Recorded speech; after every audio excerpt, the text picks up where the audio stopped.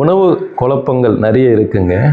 உண்மையிலேயே நம்ம எப்படி சாப்பிட்ணும் அப்படின்னு பார்த்தா, திருக்குறளில் அப்போவே சொல்லியிருக்காங்க. ஒரே ஒரு ஒன் லைன் விஷயங்க. பசி எடுக்கும்போது சாப்பிட்ணும், பசி இல்லாதம்போது சாப்பிட வேண்டிய அவசியம் இல்லை. சரி, அப்போ பசியே இல்லை எங்களுக்கு ரொம்ப நாளாக அப்படின்னு கேட்டாக்கா, அந்த மாதிரி இருக்கும்போது ரொம்ப லைட் ஃபுட் எடுத்துக்கலாம். அதாவது பழங்களோ ஜூஸோ எடுத்துக்கலாம். இப்போது வயிறு சரியில்லை, சரியாக மோஷன் போக மாட்டேங்குது அப்படின்னா உண்மையிலேயே அவங்களுக்கு பசி வராதுங்க.